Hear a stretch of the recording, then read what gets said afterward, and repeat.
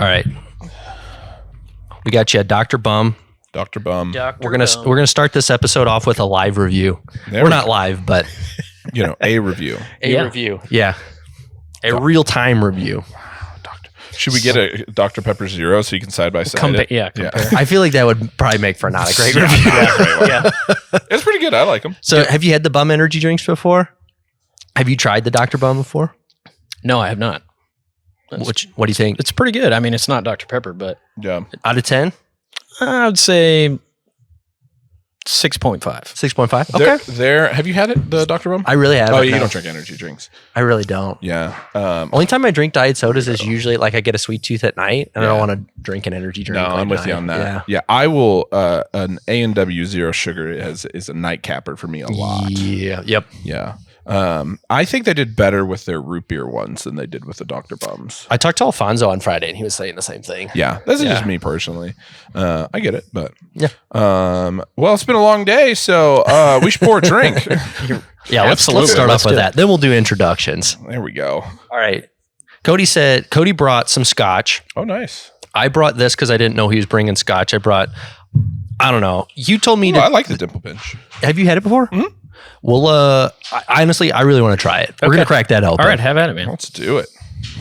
I also rarely get to drink outside of the podcast anymore, so it might be a while before I get to try this. Yeah. If we don't try it now. Yeah, makes sense. Well, as customary, whenever drinking this,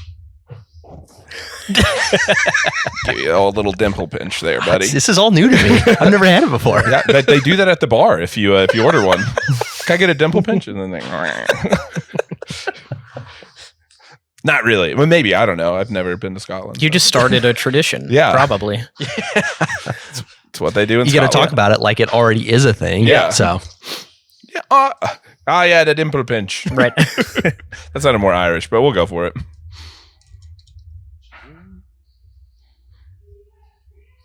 Sniff the cap. Our own tradition.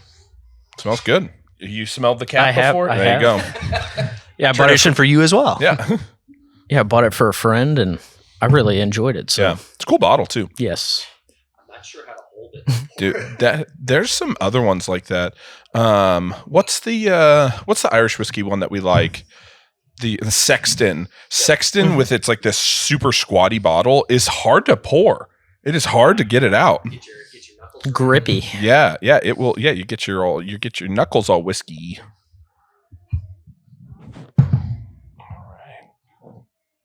Smells good. Smells like scotch. Keep it out back there.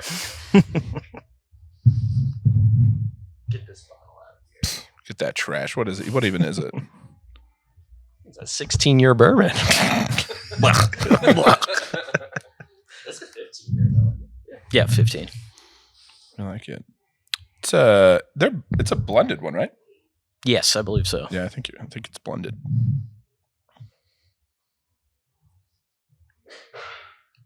I forgot to give you guys a chance. Hey, we were just going for it, I guess. That's good. It's been a minute since I've had it. That's nice. Yeah, It's nice. I like smooth. the finish. Yeah, it's not it's one of those. This is going to sound not like a compliment, but it is. I like it when scotches are not too much of anything, like too much in one direction or another. You know what I mean? And I think that it's nice. It kind of it floats the middle, but in a good way. It's not overly peaty, but it's still got it. You know what I mean? Like it still tastes like a scotch. Like there's some like scotches I feel like that don't have much, like especially for ones that don't have peat at all. Some do have really good flavor and no peat at all, Right. but a little bit of peatiness really makes me feel like I'm drinking a scotch though. Well, and I think if you go too far the other way, it's like it's like a hot sauce being it's overwhelming. Burning 5,000, like blow your guts out. Like it doesn't peat monster scotch. Right, it's just like it's all peat. It's just like okay, I just like took a mouthful of burnt moss. Yum. Yeah, it's a kick in the mouth. Yeah. I liked some definitely like fairly peaty scotches. Yep. I feel like when you first started kind of getting me into different whiskeys, I liked the peaty scotches because the peat to me almost kind of like helped mask the alcohol burn. I get that. And I like in that flavor stood out to me. That flavor too. It's right. like kind of a win-win. And I think I really learned to like that flavor partially because of that. So. I Makes don't sense. mind it. I just don't want it to be like, Overwhelming. I don't want it Yeah. to be the whole thing. Mhm. You know? I definitely had some that are too peaty. That's for sure. Yeah. But I think the same way, like that's why like it's not my favorite, but I can appreciate a Lagavulin or something like that because it's like it's got a good amount to it, but there's things, it's got depth to it also. Yeah, there's flavor to match the peatiness. Yeah, no, that for goes sure. along with it. So, Cody, let's get you introduced. All right. Today we've got Cody Hajek. We have known each other for years. You had me on your podcast years ago. Yes. I was probably terrible on that. I remember. I'll when you share it, I'll share a link to the original one. Yeah. You can hear that might have been the first podcast I was ever on, I think. Excellent. So it was very little experience. Obviously I have not gotten much better, but at least a little bit, hopefully. So, man, we've known you in the fitness industry for years. I think the first time I'd ever heard about you was you were at CrossFit Edmond, right? Yes, Back when yes. that was the thing, no Mhm. longer a thing anymore. And R.I.P. I think Vincent came and caught a workout with you. Yes, he did. And he came back and he was like, man, we pushed ourselves in that workout. He was definitely complimenting you a lot on, he was like, man, that was a good workout. He's like, usually, sometimes like people are wanting to kind of like pull back a little bit or not really go too hard into it. And, I struggle to like really push myself the way that I want to. Vincent is a freaking maniac when it Cyborg. comes. Yeah. One of his favorite workouts is breath hold runs. So hold his breath and Psycho. Yeah. But man, that was, I think the first time we heard about you, you opened up your own space, CrossFit Never Broken. Correct. Sounds like you guys are absolutely killing it up there. You guys have been in business for how long now? Going on 9 years. 9 years. Good for you guys. Yeah, that is that's awesome. Yeah, that's you've been at it pretty much the same time. Yeah, kind of on the same timeline as you guys. I mean, I remember my first interaction with you when you came by the gym and just you were just very personable, got to know me, seemed very genuine. And so that was the start of a beautiful friendship. Yeah. Man, I've definitely been really excited about this episode. Man, I've always really liked when I got to see you in the store. I'm not just talking about fitness, but getting to talk to you from like a business standpoint, running the gym and the properties that you got into shortly after the gym, and just getting to catch up with you on a regular basis in the store is something that I miss. So I've been looking forward to this episode, man. Same, man. So. Yeah, I always liked running India in the store. Antoine Hustler. Yeah. He's great, but he doesn't replace Kevin. I always enjoyed that kind of picking your brain about things and giving you the latest and greatest of what I'd come across as far as like what's going to make the business just, take off like a spaceship. Yeah. Yeah. Always looking for that secret formula. Mm-hmm. Always learning that it is a lot of little things that combine to be overall growth. So For sure. But man, you were sharing before we started the podcast something that was kind of interesting that we've implemented in small ways, but it's kind of got my brain kind of going more from a customer standpoint, or something that we potentially could offer our customers. But you talked about offering some kind of almost kind of like, what would you call it, a reward system or committed club is what we call it. Okay. The premise is, at least from the CrossFit perspective, CrossFit kind of prescribes that to have results from CrossFit, show up 4 to 6 times a week.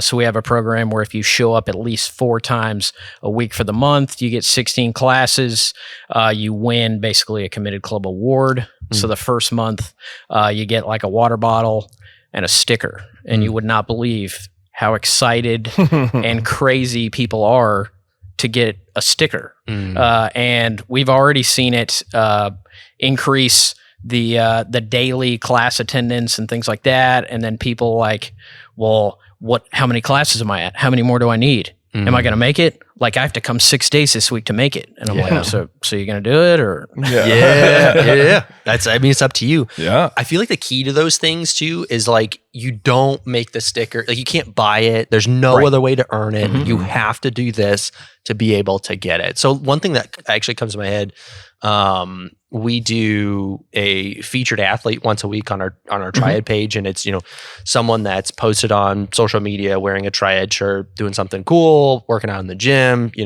gives us a shout out. So it's our way of, hey, giving them a shout out as well, especially if they're like a coach or a trainer or someone in the fitness industry, hopefully trying to bring a little bit more attention to them. Yeah. And we started, this was Ryan's idea, is doing an exclusive shirt for those people.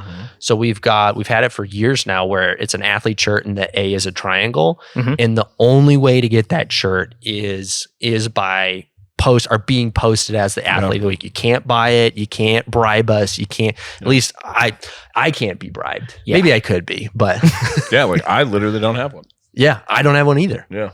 And I've been athlete of the week. Yeah. This is bullshit. That was before we had the shirts. Okay, I see. We did something similar to that a few years back. Each year there was like an exclusive t-shirt for that many years of being a member. Where the problem happened was, I had so many pre-printed, people are not all made the same size, unfortunately. So then it becomes very expensive from a print on demand. Like now, I could probably print on demand the shirt, but before I just did exclusively screen printing. So you're like, well, there's minimums and ran into all kinds of issues. Yeah, like that's why we just the same shirt. And then we just get a bunch of them in different sizes and then give them out as we go. But it's one of those things where it is cool where it's like when we give them out, it's literally like Kevin does not own this shirt. I do not own this shirt. Like I don't know if I have every Triad shirt anymore, but like I at one point had every Triad shirt and it's like except that one and the coach one. Yeah. Oh yeah. Yeah. We did a coach one too that we handed, like the only way to get that was by handing you one. And I have one. I have one. Okay. I was hoping we gave you one. I have one of those shirts. I brought that up and I was like, shit, we get one of him, right? Like he definitely deserves one. Like, do we have them here? If you don't have one, we'll make sure you leave with one. Yes. I think I probably have 3 drawers full of nothing but Triad shirts. We try and we found the often, but not too often, is about once a month. We drop just one new shirt. It's only on one color. We've done a couple of times where it's like a pre-order deal, but we love kind of playing that game a little bit of the scarcity. Oh, absolutely. And kind of like an allocated bourbon of really making it limited quite a bit. And obviously when you're ordering before anybody's paid, you've got to guess on the sizes. Luckily, we've got like a lot of data on like how many shirts we've gone through over the years. Of course, that always is changing though. Right. So like you can be a perfect to the T. This is how many shirts that, we've sold and all the sizes in this particular cut of shirt, and you order that exact ratio, but because the design is slightly more unisex as opposed to male specific, we're going to do a little bit more small shirts. Sometimes could be the complete opposite because females want really big oversized shirts now. So trends change. Trends change and fits of like you buy one style of shirt and somebody doesn't like how this one makes my arms look small, or this one's like really short on the torso, or like any cut of shirts you get. I've dealt with a lot of that too. Yeah, and we hunted to find the right cut of shirt. We rarely do other cuts. That's for sure. Well, then it was like, when the oversized stuff started getting really popular, then we like we tried to find our go-to oversized shirt. Yeah. It's like, okay, this seems to be universally popular amongst this demographic that will buy these. So we try and kind of alternate from the all oversized and then the more fitted, like athletic shirt. But yeah, man, it's trying to figure out what sizes to order. And that's a big reason why we only do one color, one design, because figuring out the sizes for just one is hard enough. For sure. Let alone it's like, dude, I've gained a lot of appreciation for like clothing companies that have multiple designs in multiple colors and have to kind of guesswork. I'm sure there's a decent amount of like reordering for them, but we just try and do one order, get the price as low as possible, anticipate how cool is the design, how hyped are people are going to be, how popular is this going to be. Yeah. How low can we go to Yeah. not lose a bunch of money on this order and still, appreciate the customer and show them that, hey, we love you guys and we want you to rep our brand. I get that. That's a hump too, man, where it's like if we order so many that we'll have stock for a couple of weeks, there's no sense of urgency. But if we order just enough to where we're out within a couple of days, it creates, especially over time, more of a sense of urgency. And we've really honed in on that over the last year, because 2 years ago, we wanted to order enough to make sure everybody got one because they were getting really popular. But because we had more supply, there was less demand. Less demand. Well, it's such an interesting dynamic too, like because it's just it's one of those things that just doesn't make sense. You know what I mean? But it's just how it goes. It's like you can make an insanely popular shirt that people are like, "When are you guys going to reorder this? When are you going to reorder this?" If you reorder that shirt, prepare to hold on to them until you have to give them away. Yep. Yeah. Because no one's going to buy. They're not going to buy. Right. Like, they're just going to sit there. Yeah. Oh, you have more than you need of this shirt? Well, I don't want it either. Yeah. Yeah. Right. It's crazy. Like it makes no sense, but it's literally like through experience of it. That's just how it works. Like, all right, well, reorder and nobody bought them. Okay, perfect. Yeah, we'll sit on these and they will sit on the shelf forever. Yeah, we almost never do a reorder. Yeah, we try and not do the same design twice, so it's always something new. It becomes hopefully a little bit more of a collector's item. Right. And I feel like that's one cool part about it as well, or it helps create that sense of urgency. But it is such a hump to it of like we either are out in 2 days or we've got stock for 2 years. Kind of. Like there's shirts, I'm sure. Well, we just did a clear out not too long ago, but it's like not long ago, like you could find a shirt from 3 years ago hanging, like I'm sure. Like somewhere you could find an old shirt. Yeah. And it's like I remember it was like the Thunder shirts. We did that like, bro, how long ago did we do those? It was 2 years ago? At least 2, if not 3, because we did the one for playoffs We were last bad. year. Yeah. We were bad. When we did the first round. When we did the first one, the Triad 15 ones, which were super cool shirts. Yep. But it's like we were bad when we made those. And I remember it was our rebuild. And I was like, hey, it looks like we're going to be getting better, though. I think people might be hyped. You know what I mean? And it was like again, it was long enough ago that the Thunder were bad. Yep. Dude, I think we ordered... We'll give a reference to those because I thought those were like a really cool design. We wore those. We went to a game and we all wore those. Yeah, that's true. That was fun. We ordered I think 150 of those shirts, and we had stock for years on those. I think there's still some hanging. It's for probably right. We did a last minute order when the Thunder were starting playoffs. When playoffs were starting last year, I think we did it like. Gosh, I think before like the second or like third game of playoffs or something like that.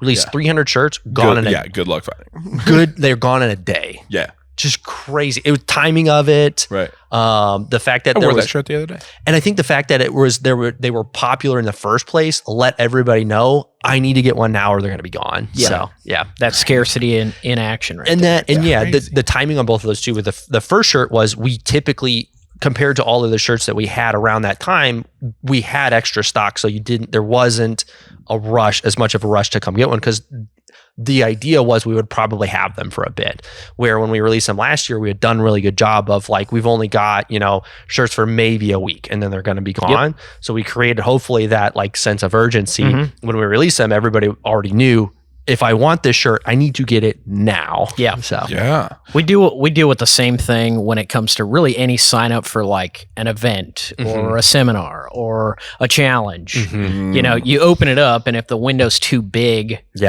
for sign up, it's crickets. Like you don't hear shit. And then there's 2 days left to sign up for the challenge, and then everybody comes out of the woodwork to sign up.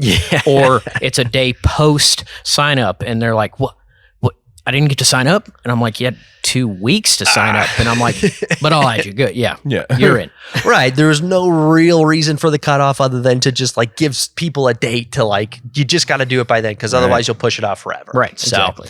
yeah, it makes me wonder of like, if you were to minimize it just for like a day on challenge signups, like what kind of turnout would you get for that? So I'll have to give it a go. yeah, honestly, dude, I feel like you could go typically pretty small. We did this, sorry to go back to the shirts, but we did this when we release customer appreciation shirts, like a new design on our customer appreciation shirts. We usually do for about a week. Hey, you can come in and snag one. Like give everybody, you've got 7 days, like that's plenty. No matter what your schedule is at work, you can come by. This last time we did a single day and stores were crazy. It's like, if you want the shirt, like you can, even if you're not able to make it up, you're out of town or something, just call the store. If you really want it, you can call the store, place an order or something like that, or bribe the employees. I don't know. So, but yeah, a single day for that worked pretty well for us. So excellent. Crazy. I'd be curious on a challenge sign up. Like how much, is there a certain amount of time that people need to decide, or does it create enough sense of urgency? So, cause yeah, if you do 2 months long, you'll have nobody. Yeah, exactly. Like they wait you will have some people, but they're going to wait till the last day anyway. Wait 2 months. Like you opened up a 2-month window for something that you only needed a day for. Yeah. Maybe enough build up time to say, hey, this is when signups will be, so that you can anticipate when you're going to sign up at least. Yeah. So do it for 2 days, but give 2 months heads up. People just be people, and dude. It's Dude. crazy. It's crazy. Yeah. Like how much of it, you think that going into business, it's like, and don't get me wrong, there's obviously a huge aspect to this, but it's a lot of like doing good business, like having good things, providing a good service, having good products or whatever. But then you also realize that, like, we've talked about this a lot, but we had a good friend of ours. We'll leave it vague on purpose, but it's like a good friend of ours. Parents owned a coffee shop in the town that we went in, the city that Kevin and I went to college in, and it's called, it doesn't matter, but super cool place. I actually went in there. I didn't know him at the time, but like I went in there, and super, super cool. Food was good. Coffee was good. Vibes were good. It was directly across the street from one of the colleges in town. Like literally, Location's good. Yeah. Location seems to make sense. It was a busy street, which is kind of tough. Like not the most crossable street, but like it's right there. Like it's literally right across the street. I remember even hearing about how like their beans were roasted, like they wouldn't burn, where most coffee beans are burned, but these weren't, kind of Right. deals. Like, dude, Something along those lines, but legitimately why it's better coffee. Yeah. Right. So they got all the right stuff. Right. Yeah. And like what? How long are they? Not even a year. I don't know. I don't I think didn't it know was- about it until after. I don't even think they lasted a year. Yeah. And it's like, what? Well, I mean, so that leads Marketing. right into Edmond CrossFit. So yeah, kind of how I got started in the Oklahoma CrossFit kind of space. I taught there, and I mean, it was undoubtedly the nicest facility in the state, if not.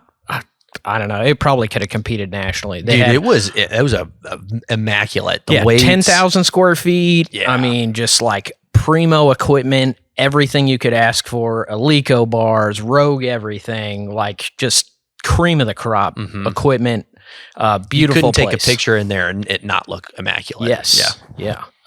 And the guy that owned it, he's since passed, but I think he had won the lottery and wanted to get into fitness. And that's like what kind of spawned the whole gym. Wow. So he just, That's kind of a crazy know that. story. That's crazy. yeah. So he just built this gym mecca, Yeah. and just poured money in. To be clear, when I said RIP earlier, I didn't know that the guy had passed away. Yeah. To be clear. Yeah. Yeah, it's a sad story. I'll probably tell it here later on. But so and the location wasn't ideal. I mean, it's off Waterloo, probably back 10 years ago. Waterloo was kind of like BFE a little bit, like in the woods, if you will. Not but anymore. Not anymore. Yeah, everything's moving that direction. But yeah, for every month that he was open, man, he was red. and I tried to buy the gym from him. Since he had put so much money into it, he wanted way more than I was willing to pay for it. Yeah. And so I ended up going down the street and opening up CrossFit Never Broken, with not near as fancy of equipment or as large of a space. And I learning from that was debt free from day one, in the green from the first month. We based our membership prices off of the membership that we knew we would have starting, so that we knew we could at least cover expenses, so that we wouldn't, be just trying to dig ourselves out of a hole from the first day. Yep. But yeah, but more on the guy. He was great guy. He had some mental issues and things like that. I won't mention his name, but yeah, he was an Air Force guy. He was a drone pilot, won the lottery, had a lot of things like go his way, but I think his kind of mental stuff got to him a little bit, and he ended up taking his life. Jeez. When was that? 3-4 years ago. But yeah, really sad to hear. I mean, he had nothing but potential. Sure. And I always hate to hear that. That's I really don't mean this as a joke either, but man, it goes to show that winning the lottery doesn't just make the rest of your life amazing. Exactly. Yeah. Right. Money isn't everything. Yeah. It's just, and like to that, it's just so interesting. Like, again, like how much is like, you can have all of it. You can have all of those things. And like, does that matter? Yeah. It helps. Yeah, for sure. It helps. But it's also like, can you, this is going to sound bad, but you guys know what I mean, and I think our viewers do too. Like, can you play the game?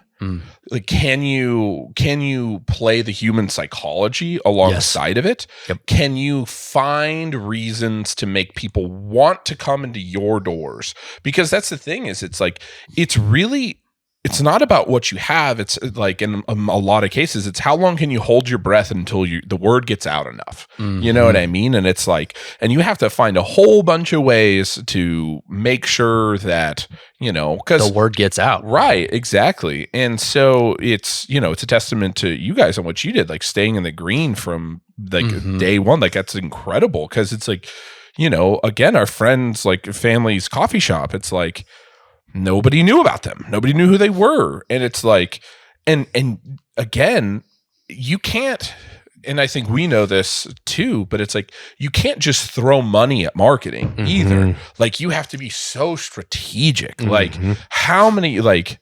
Kevin, how many different marketing techniques do you think we've used over the last 9 years? How many we've tried? Yeah. Dude. Give me an exact answer. Yeah. Dude.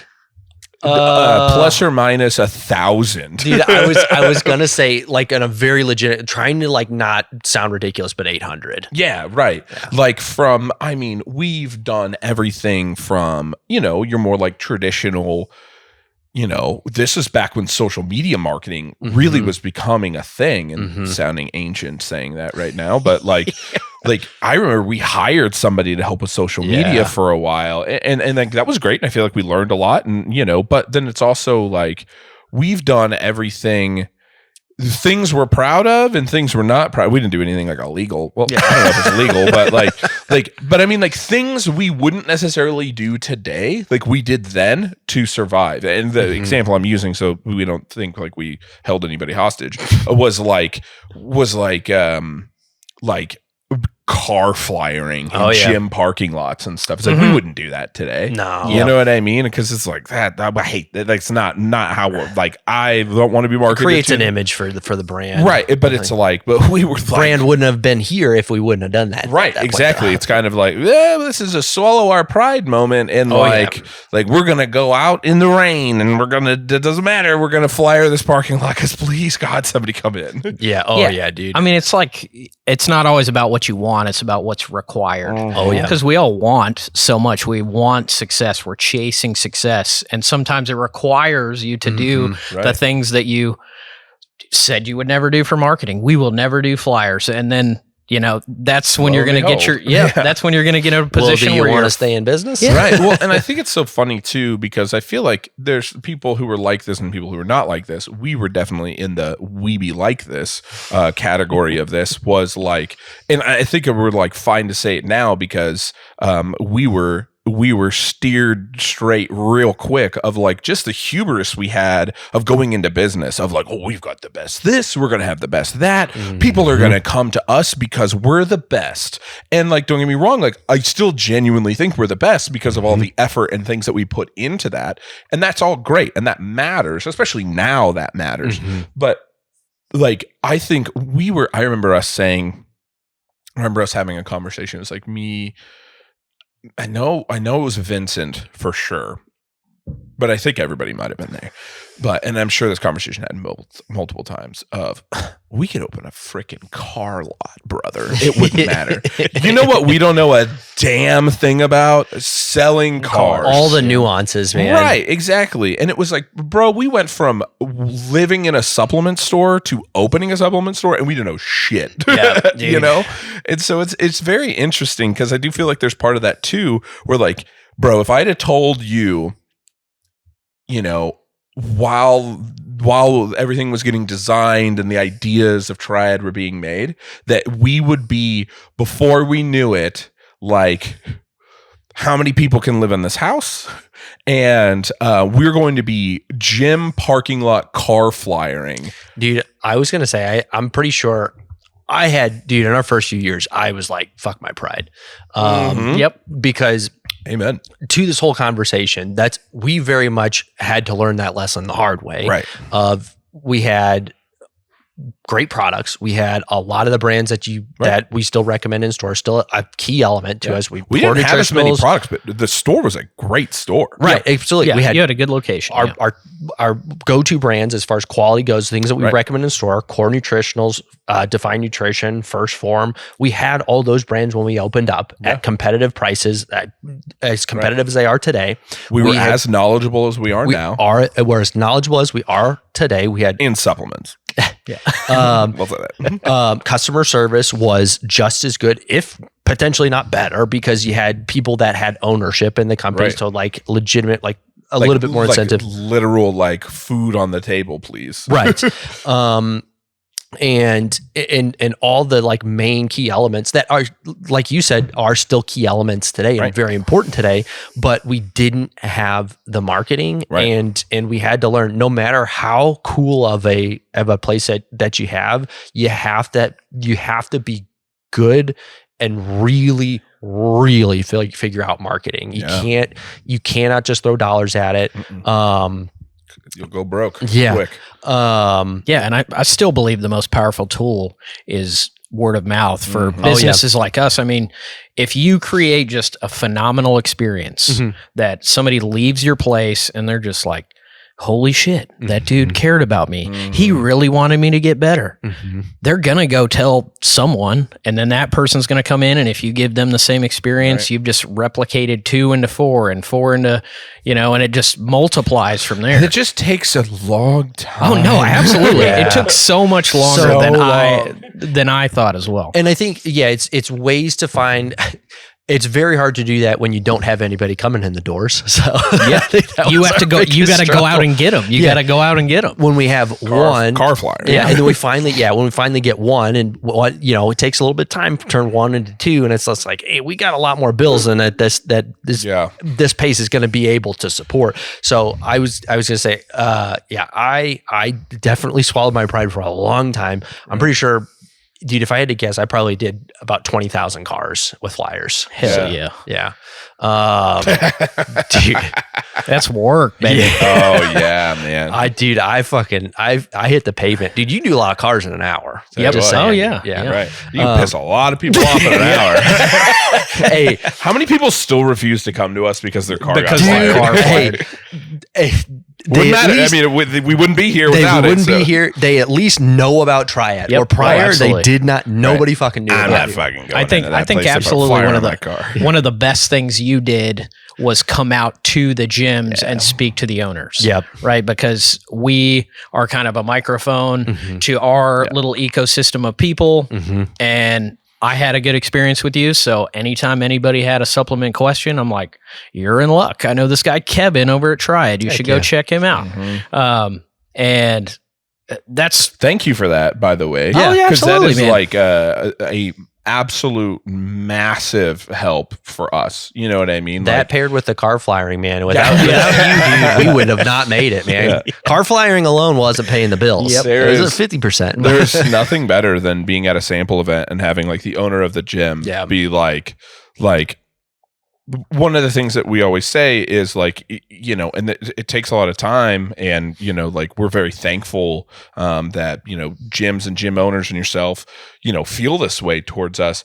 But the power of proxy trust, the power of they trust you and you trust us. And so we get a foot in the door, right? You know what I mean? Exactly. And then come in and, hey, we'll take care of you. We'll do what what we're supposed to do. And we'll get to know you and build more trust. Exactly. More direct but trust. But that like our business has been saved multiple times on proxy trust, for sure. That's a word of mouth. I mean, that's the same thing, right? Yeah. It's but it is something that we don't take for granted, because it has saved our butt. That is a big thing we definitely had to learn too, is no matter how perfect of an interaction or a speech or whatever, there's nothing that we can say that, like, if we go to CrossFit Never Broken, even today, man, there's nothing that we could say that would convince somebody to be a customer with us more than anything you would say. We could give the most perfect 5-minute speech about why we're awesome and why people should come to our stores.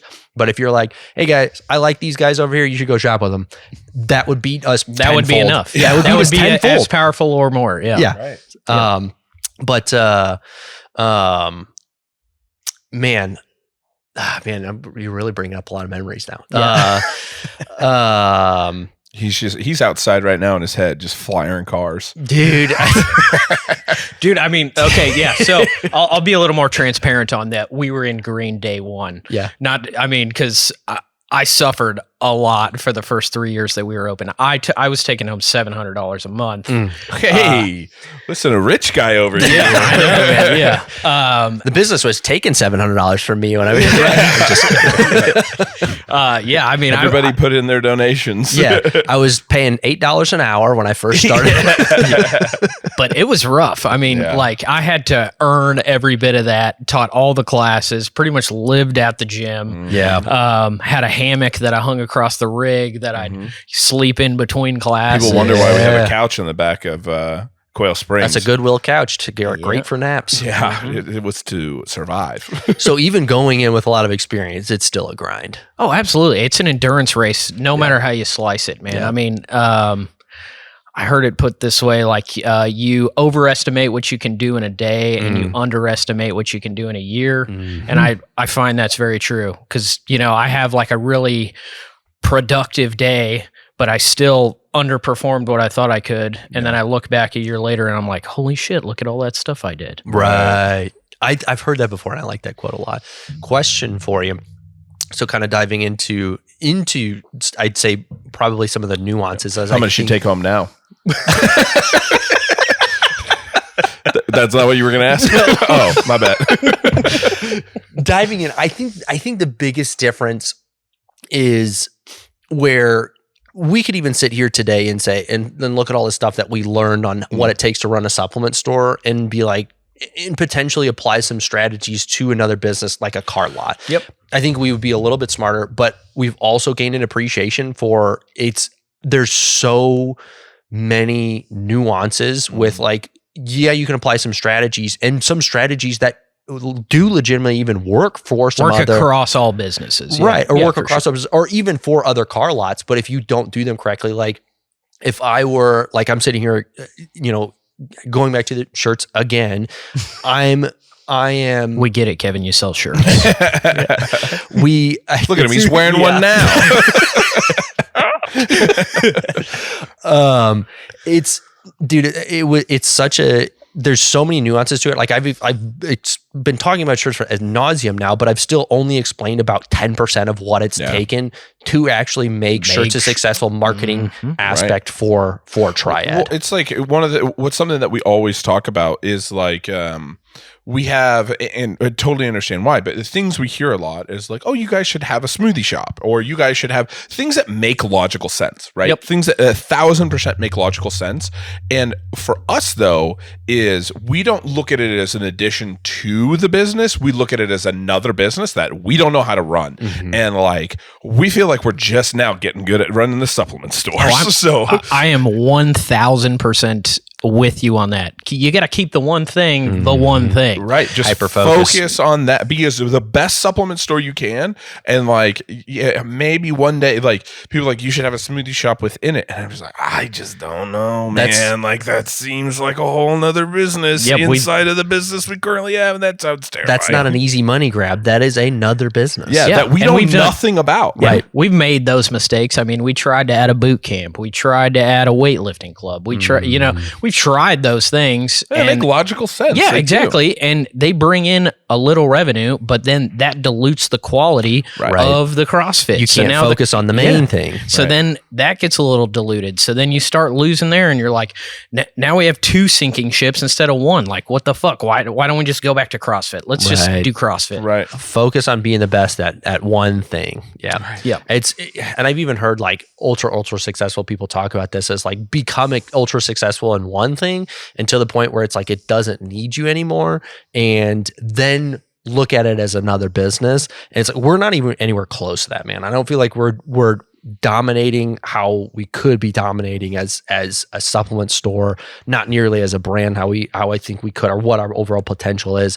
So yeah, it's hyper focused for a long time for us. And I think, I've brought this up before, and so I'm gonna lie a little bit in this story, but that's fine. I usually do anyway. So there was a gym back home where we used to live, definitely not in Oklahoma City, that we loved it. It was a great gym. It no longer exists. RIP. I don't know if the owner passed away. So hopefully not. I hope that's but it's a gym that was in our old town that we lived in. But it was great. It was a good gym. They had a lot of good things going for them. The location was good. It was a sweet spot. Honestly, I went there all the time. I did too. Like really, like it was probably my main gym for a good amount of time. And they kept adding things in there. They were like, oh, we're going to add a smoothie bar. And then we're going to have a food prep service. And now we're going to have a cryotherapy. And now we're going to have a recovery thing. And now we're going to have a boot camp and a nail salon probably. I don't know. Like not really. I think I've been to this other location. Yeah. Right. You're back in our hometown. Right. And the thing was that just drove me up a wall was there was broken machines on the floor. There was treadmills with loose belts that were hard to run on. And it's like, stop spending money on this other stuff. Yeah. Like, stop spending money on all of these other things that you think are going to bring people in, and just be the best gym you can be. Because if you could be the best gym you could be, I would be happier. I'm paying and I would be happier. I don't use any of this other stuff. Yep. I come to go to the gym. Stop trying to satisfy people that are not yet your customers. Yes. Maintain satisfaction of your current customers. You don't currently have cryotherapy, so all the current members are happy with no cryotherapy. Yep. Right. You're not satisfying your existing members. You're trying to bring more in. Right. That is the mindset there is you think adding something else will bring more people in and bring more revenue, when in reality, it is a whole nother business that has expenses, and you're going to have to work to bring people in to support that business. You're just diluting the limited time and resources that you have into 2 things instead of one thing that you probably already weren't doing that well, and that was your excuse. Right. Like, well, if I just do this thing. You know what they could have done at said gym in our said hometown? They could have knocked down a couple of walls and opened it up in there, and it would have been awesome. Yeah. It would have been great. Awesome. And again, like And like I'm looking, and I remember like, and this is a long time ago, so I'm probably just like imagining this in my head. Again, I said I would lie, but I'm imagining in my head like the treadmill that I was running that was skipping every time I would plant my foot because it was too loose. Like it was pointed at the cryotherapy station, like you motherfuckers, like just fix the damn treadmills. Well, I think the reason people do that is because they assume that everybody at the gym will be a customer at their cryotherapy place. Right. And everything I else get that the they're doing logic. too. Like, I get it, but it's like they'll spend more here. Low hanging fruit that would just make your overall, your main business, the thing that is on the wall outside above your doors, like the thing people come in for that. How about you focus on that being as good as possible? Right. Are you a gym or are you a cryo bar? What's the name outside? Do the one that you said you would do. And you never hear that advice from somebody that's been in business for a long, considerable amount of time. They're all telling you what we're saying is focus on the thing, get extremely good at that. If something else comes up, either, push some resources over there that are probably not you. Like, oh, hey, I trust this person. I think they have a passion for this. Hey, if you need anything, I'm here, but this is your project because... Or I can step away 100% from the existing project and it do well. Yeah. Mm-hmm.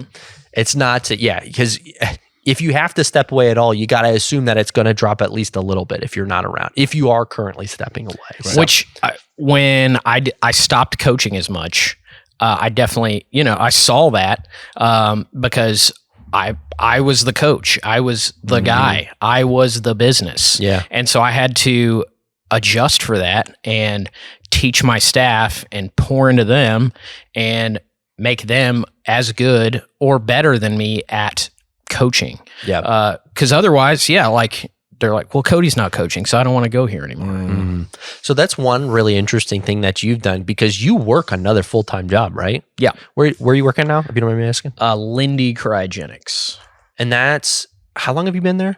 5 years. 5 years? Okay, so is that the job that when you stepped away as a coach, is that the job that you took? Yes. Okay. Sorry, just curious. But that's definitely one really interesting thing that you did, especially with us kind of having a similar timeline, is it happened probably around the same time that I was getting to leave.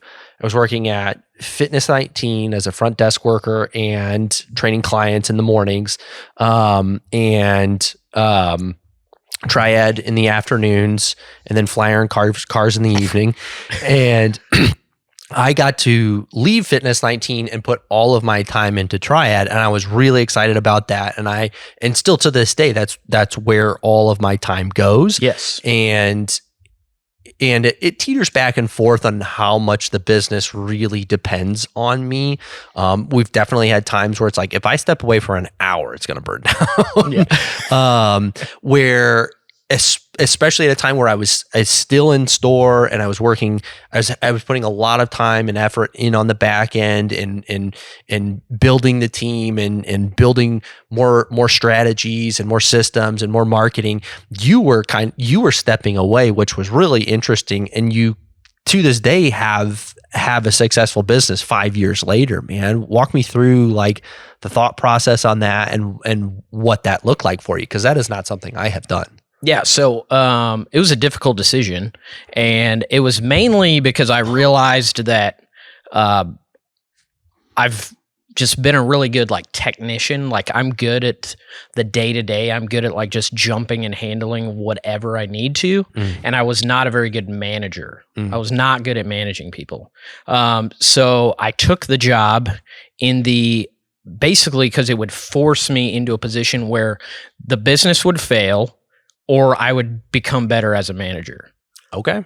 And it's, gym's still going and it's doing well. Yeah. So it helped me learn. I kind of just put myself in a position where I was forced to do one of two things, right? Like it would crash and burn and the gym would, go downhill and eventually close, or I would learn how to manage people and teach people how to do the job and take pride in the job and, feel like they are the gym. And I mean, I've been very fortunate. I've had just some excellent staff members, Caitlin, Catherine. We just brought on a new coach, Josh, Meredith, Brittany, and Nicole, and they've... Don't forget anybody. Yeah, and that, I mean, so that was a whole nother thing, because I was in the Navy for 10 years before.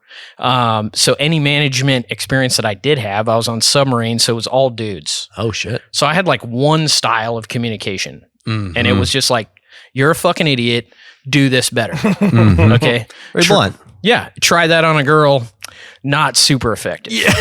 Right?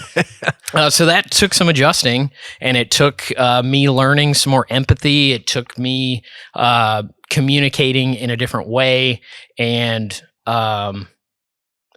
it's been nothing but beneficial to me. I mean, during it, I cussed it all the time. I was like, I fucking hate this. I don't understand this. Why can't they just get this? But then I just took it upon myself, like, this is my responsibility, and this is going to succeed or fail based on what I do. I can't blame it on this person. People be people. Yeah, people be people.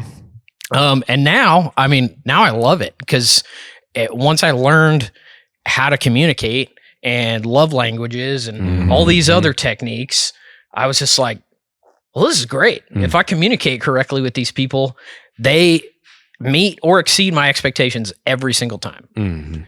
So I'm so fortunate to have them, and I love them. I tell them this all the time, but I feel like I still don't say it enough. The gym wouldn't be what it is without them, and it wouldn't exist without them. I feel like is a big skill that, dude, that was probably one of the hardest skills I had to learn was how to communicate, especially in a high pressure, in situations where you have so much invested, especially with the first two partners. That was probably one of the hardest things I've ever done is learn how to communicate effectively to where we all end up at a result or in a spot where we're all happy.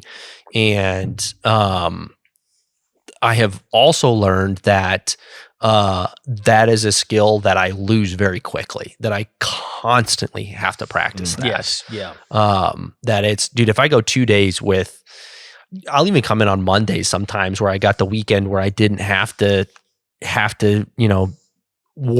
deal with work situations or problems or things going on. And I'll come back and I'm in a good mood because I kind of got a break, and it's just like, and something bad happens and I fly off the handle, and I'm like, geez, like, haven't I not learned not to do this yet? Didn't I learn this a long time ago? Yep. Like, what's wrong with me? But yeah, that is. I've never experienced a Monday like that. What are you talking about? You miss our Tuesday check-ins? We do Mondays now.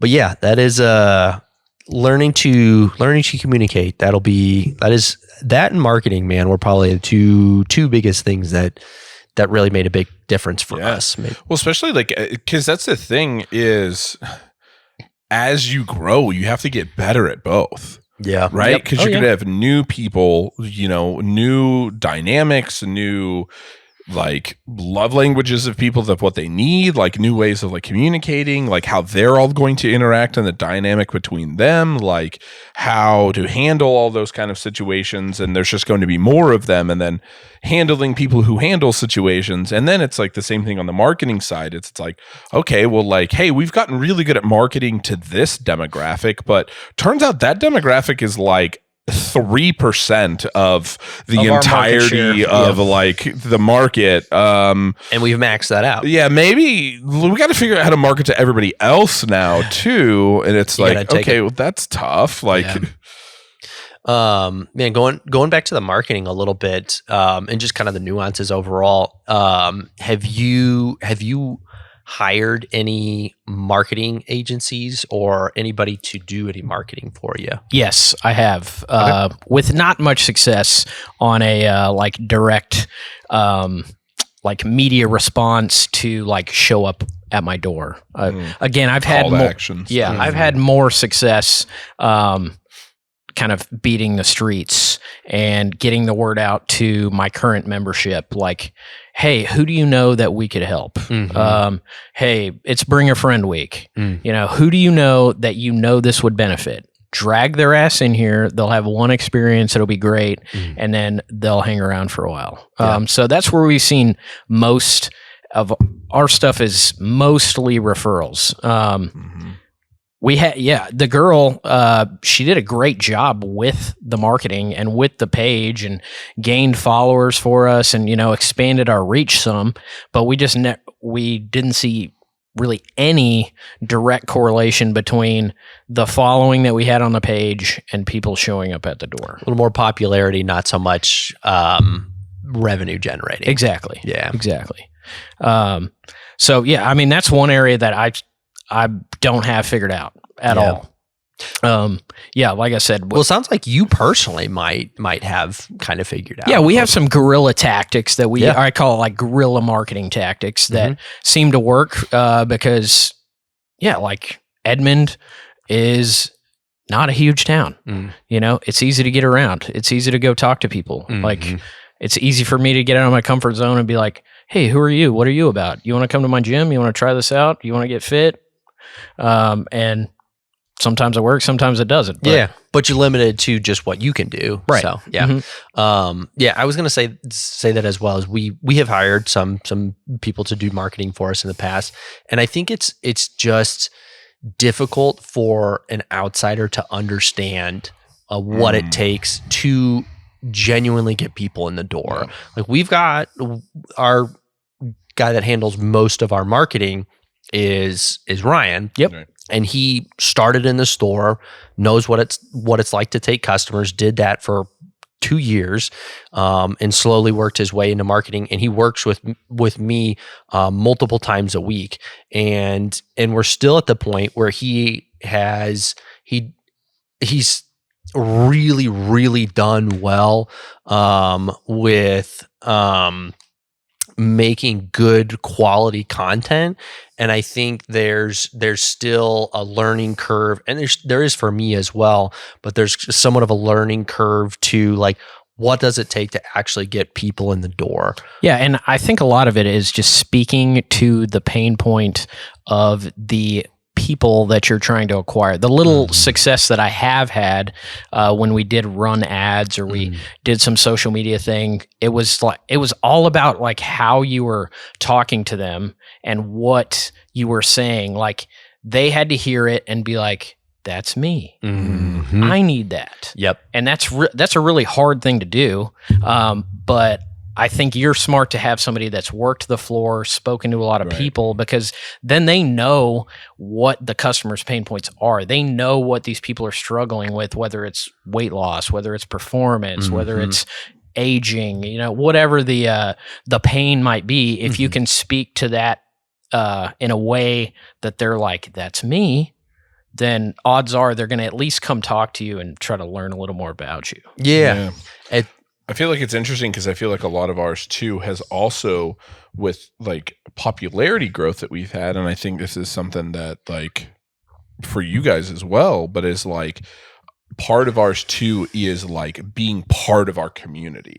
It's like inclusion into our community. People just want to be part of something. Right. And so it's like, you post in your triad shirt and you can be athlete of the week kind of thing. And it's like a lot of our marketing is directed towards like you're part of the gang. You know what I mean? And it's like, which like is cool because like we do have such genuine relationships with people that I genuinely feel that way, So it is interesting though. Yeah. And it's hard to explain to someone that like does work for a marketing agency of like that is a big element and it's more of a long-term strategy, but we also have a lot of short-term strategies. It's I don't know. I guess I'm a believer of the fact that a business, at least our size, I think we do a lot better marketing ourselves. I've done a lot better just trial and error myself and being able to see we throw this marketing strategy, one of 800 out there. I get to work in the store and see how that does. Yes, exactly. Where someone from the outside, it's like they, throw stuff on, but it's like, especially for us for retail, where we can't track return on investment. It's very hard for someone, especially outside, to be able to see what their return on investment on marketing is. And they're going to be like, well, Kevin, I got you 4,000 impressions on that post. And you're like, yeah, and 0 out of 4,000 came and bought anything from my store. Yeah. Well, I remember too, like the one that I know, like a good example that comes to mind when you're talking about this, and you're probably thinking about it too, but it was like, we had like explored an opportunity, and this was a long time ago, but it was like, somebody was like, they couldn't believe that we take customer emails and we genuinely only use them for receipts, that we don't email blast out. And we're like, and they're like, no, you have to, like, you have this, like, you have to use it. And you're like, but you understand that for the last however many amount of years that we've been taking emails, we've said in the asking for their email that we would not do that. And it's like, we can't do it now. Like, do you want to hear something actually really crazy? Is the person, so this wasn't a firsthand experience. I think it was Vincent that had this experience, but I think it was the owner of CrossFit Admin that told Vincent that.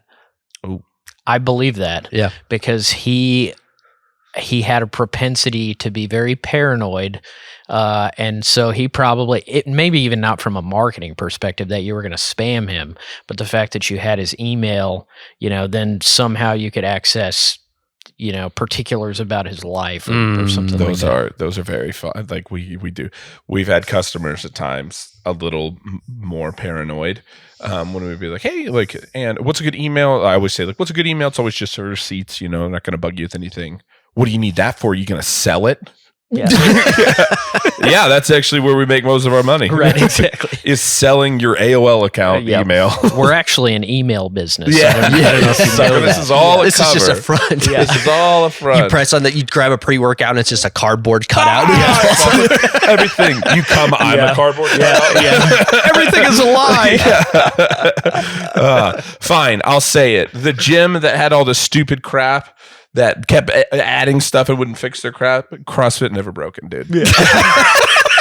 Those sick bastards. Yeah, we really need to start calling out by name. Yeah, Never Broken? How about everything's broken? Yep. And actually, all of our equipment is cardboard cutouts. Yeah. we sell emails. Are you a cardboard cutout? Not even enough money to fix the cardboard cutouts. Yeah. Yep. Shitty printing on them. Yeah, it was really humid one day. It's wilting. Yeah.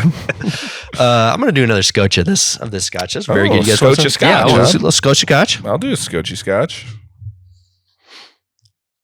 God damn it. For anybody just listening, I gave Kevin a good little dimple pinch again. I will say the dimple pinch does pair well with my my diet rooter. Yes. So, dude, I was gonna say,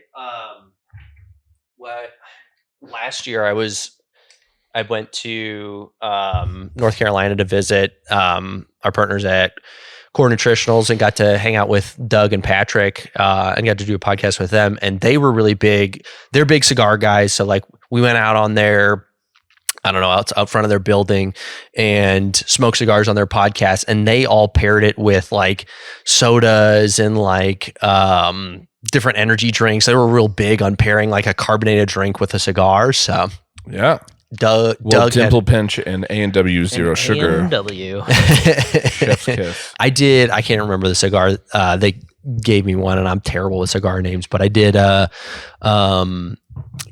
was running on like no sleep that whole trip, but I did a black cherry vanilla Corilla Mine paired with some cigar. It was actually very good. That reminds me of Jance being like, hey, I'm going to take, we're going to do wine on the podcast tonight, And he's like, well, what are you thinking? I'm like, I don't really know. And he's like, well, are you going to eat, anything? And I'm like, yeah, I'm going to be honest. I'm probably going to eat like 2 Brahms grilled chicken sandwiches. And he's like, ooh, then I recommend this.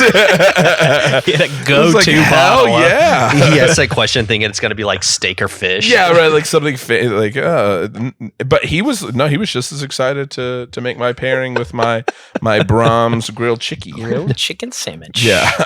It's so funny. He had like multiple recommendations based off of that. Jance is good. He is, yeah. He's great. He's That was always a great got an answer. episode. Yeah, he was a lot of fun.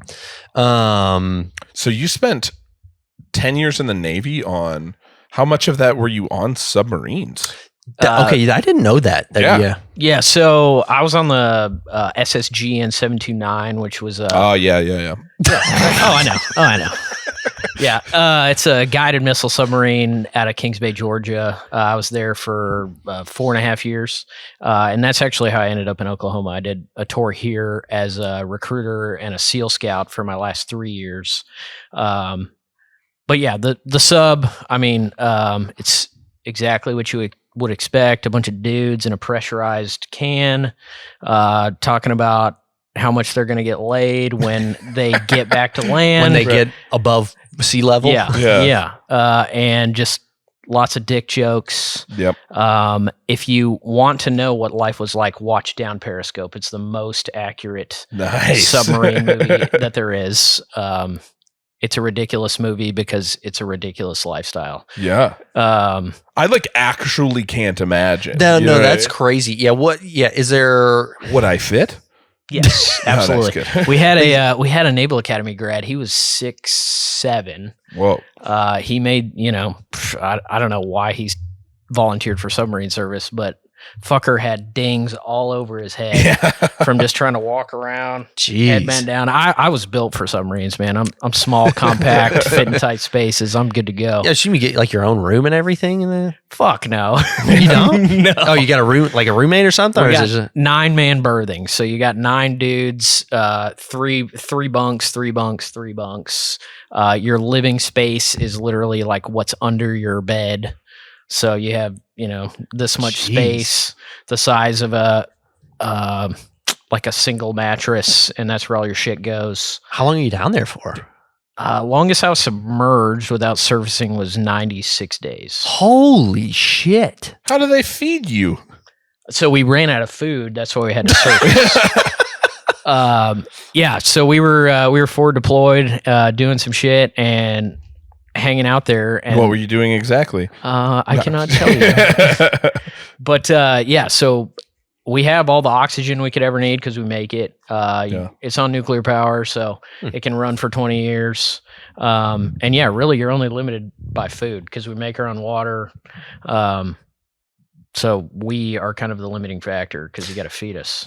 So what is mentally what's that like? Because no sun, really confined space for 3 months, man. Yeah, I mean it's Time is an illusion. Not even the fact that your days get all fucked up because Oh, I bet. you're on 3 section watch, so you stand watch for 8 hours. You do maintenance for 8 hours, and then you sleep for 8 hours, and then it just repeats itself over and over and over again. So the day's never the same because it's kind of rotating. Yeah, you don't know when it's day, you don't know when it's night. It's all just fluorescent lights all the time. I mean, it gets, towards the end of one of our deployments, we made games out of how we would kill ourselves. Hey, if I were to do this, I would use that pad eye over there, and I'd get this hose, and I'd wrap it around my neck, and I'd open that deck plate, and I'd jump down there, and I'd be done. So yeah, you can tell where everybody's head's at. Yeah, it gets a little weird. You talk about it's dudes. So yeah, you just talk about dude shit all the time. Dude, I bet it gets deeper and deeper and deeper too. Exactly. Oh, does it? Yep. In the submarine.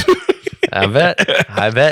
Dude, I feel like it's a little bit of everybody's used to being around their girlfriend or wife or whatever. But when you're in a dude, 9 dudes, that's deep. Yeah, and it's 150 dudes on the boat, right? When I was right before I left, they started allowing female officers on board, which they were probably a hot commodity. I don't know. That was before your time.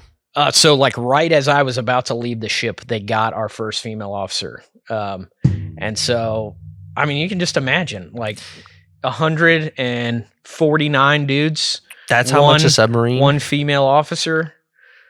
I mean, she was probably got whatever she wanted as far as Yeah, I won't get into it further now, but I mean, she. Yeah, that's. I don't think that it would be a great environment. Yeah, I can't imagine. That's an interesting environment. Yeah, now they let enlisted females on submarines. I don't think I would want to be, it's like swap it, and that sounds horrifying. Put yourself 150 females, 149 females on a submarine, and you one dude. Yeah, Yeah. I would because no thanks. Because I mean, when you take like a weekend trip or it's like a bachelor party or something like that where it's just guys, like the humor and the jokes and the conversation just gets I'm thinking worse of my and worse. bachelor party. We were only there for 2 days. Yeah, and we were climbing a mountain, and it was whew, Oh yeah. None of us are allowed to be. None of us can run for public office anymore. Oh, absolutely. Right. Yeah, And it's after that trip, that was it. It's the same environment down there. Yeah. But what I will say in a positive light about it is I still to this day, like, a few of them are my closest friends because you're down there long enough, you divulge your deepest, darkest secrets, insecurities. You went through shit together. Yeah, you did hard shit together. You were open about your insecurities, things like that. So they're just like, hey man, like, me too. I got my thing. Like, we all got shit. So that was the positive thing about it. And I really think that's what attracted me to CrossFit is we all get to do hard shit together. Right. We all get to shared suffering, just builds bonds. And that's what I love. Community aspect and stuff like that is huge. Yeah. So okay. So do you get like a day off when you're on the submarine? No. Yeah. That's fun. Yeah, because what would you do? You go hang out. Well, in your that's bunk? what I'm like curious about, though. You know what I mean? Where it's just like, no, you work every day. They got a rec room or anything? Or? Yeah, you got an Xbox? So they had little LAN parties going on. When you were off, you had hard drives with movies of assorted genres and limited workout equipment. So I mean, that's kind of where I kept my sanity. Was I just get off watch, go work out, kind of diffuse a little bit, go to sleep. That was the other thing on a sub is everything was communication via email, and they only sent emails when you were surfaced. So you might go 2, 3, 4 weeks without even getting to dispatch an email. And then when you surface, you receive any incoming emails. So you get all these, you just feel like you're constantly like behind because you get all this news coming in, but you can't communicate anything out. So I don't know. I think it was a blessing in a way, just because I was so disconnected from anything else that you're just very present. You're just like, these are my dudes. Yeah. This is my life right now. These are the problems that I have to solve. Let's just do that and get through this. Simplified in a way. Yeah. Because I mean, the world gets so loud, you know? What's the sun like the first time you come back out? Oh, yeah. I mean, I was a diver, so anytime we surfaced, I got to go on the surface. So I was fortunate in that aspect. But I mean, it was pretty blinding. Yeah. And all those stories about like port calls where all the dudes came on shore. I mean, you're white as a fucking ghost. Like, you will not get any whiter. Yeah. Because there's no tanning beds down there. Yeah. No, they haven't added those yet. So it was a great experience. It's got to be super. Like, I always think back to a buddy of mine. He went to basic training. He ended up getting hurt during basic training, but it wasn't like bad enough for them to like send him home. So he like stayed and then like went through it or whatever. And so I don't remember how long is basic training traditionally? Depends on the service, but what was it, Army? I think he was Army. So I think theirs is like 12 weeks. Yeah. Something like that. I think he ended up being there for like 20 or something like that, right? Like, not super ideal, because it was like he got like so far through it, and then they were like, hey, like, we could send you home, but there was a thing started, like, you just want to stick around, and he was like, yeah, I'm here, like, I'm just gonna stick around, And so he did that. And so he's like 20 weeks at basic training. And then he the way he would talk about, like, he came home and it was like his first day. He had like a little bit of leave or whatever before he went on to like his training stuff. And he talks about, he would talk about like, he sat down with his dad and they had been like talking a bunch and they're like, yeah. And he's like, oh yeah. Like, and they turned the TV on. It was like Sports Center and it was like, and he's like, it was like hard to watch because you're so like desensitized to like all the craziness of those kind of things that happen. And so I just can't even imagine what it's like to be on like a submarine where it's just like you're staring at the same walls, the same fluorescent lights, and then it's just like, here's the fucking sun. Like, right. Yeah. And here's 1,000 people that you have never seen before. I think the most vivid memory I have after deployment is so we're forward deployed at a Diego Garcia, which is like in the middle of the Indian Ocean. So they flew us from there. They flew us to Kuwait, Kuwait to Germany, Germany to Maine, and then Maine back to Kings Bay. Sounds fun. Yeah, it was a very long. Those are all first class flights. Oh, absolutely, right? man. Yeah. Only the best for us. Yes. Not just strapped to the side or anything. Yeah. Luckily, it wasn't like a cargo plane, but it was not first class by any means. And I'm a small guy, so I'm in the fucking middle row of a 5-seat row, for 10-hour flights. So it was not ideal. But so I get home and all of our cars are parked in deployment parking. Like it's basically like long-term storage for your cars. Yeah. So I go get in my car and I'm going like 30 miles an hour. And I feel like I am flying down the road. I'm like, holy shit, I'm going to get pulled over for speeding. And I look down and I'm like, I'm going 30 miles an hour. Like, what the fuck? Like, so, I mean, it definitely messed with my perspective on things a little bit. I never thought about that either. Cause like, I don't know if I've ever had a period of time longer than just a few days of like not being on a highway since I was born. Mm-hmm. Yeah. So like, I mean, you think there's memes of like a 16th century like child watching the Transformers like movie. My favorite one is the one where it's like they're holding, it's like a bag of Doritos and it's like this Cool Ranch Dorito has enough seasoning to kill a peasant from the 1400s or something like that. Or that one was like, peasant for the 1400s and versus one Doritos Locos taco. Imagine what a Baja Blast would do to a 1400s. But like vehicles, it's like it's something that we've just grown up for. Like since we were born, we got put in vehicles and driven down the highway, so we're used to going that speed. But like someone like without going that speed, man, like imagine doing that for the first time. Imagine being like 20 years old and going on a highway 60 miles an hour for the first time. It's like the fastest you've ever gone is like 15 miles an hour. You're like sprinting. Amish, and one day you're like, hey, hop in, bud. Yeah, here's a Ferrari. Let's go. Yeah, exactly. The fastest I've ever gone is as fast as my horse goes. Right. So like, dude. Yeah. I got 1 horsepower. Yeah.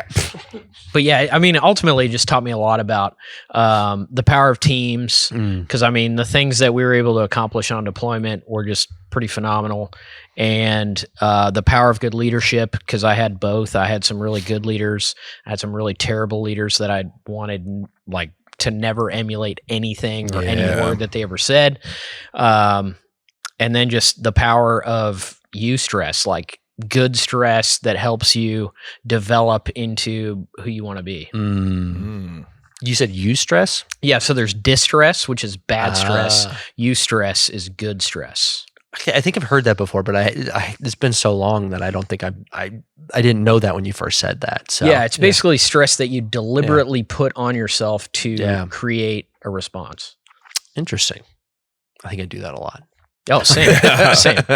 Well, speaking of that, though, I think like a good example of that, though, like getting back to it is like CrossFit or something like that. Like the stress in that environment, like again, the camaraderie. Like I say this because like I used to do CrossFit, but I haven't done CrossFit in years. But like doing jujitsu, like been doing and competing jujitsu for like 5 years, and it's the same thing. Yeah, there's like, so many parallels. Yeah, it's like you are going through something very difficult, and it's like this is an example all the time, but it's like if I can go from not knowing somebody to being like I would stop that guy in an airport and say hi to him with like one roll. Yep. Like we rolled one time. I'd be like, hey, fucker, hey, what's up, man? Yeah. Like I would go and pick you out and like go say something to you. And it's like, it's just crazy how like those kind of things, there's something so like, I don't know, like the intensity of going through something like a hard workout or like climbing a mountain or like, you know, that's one of the things like I did during my bachelor party, which was intentional, was like,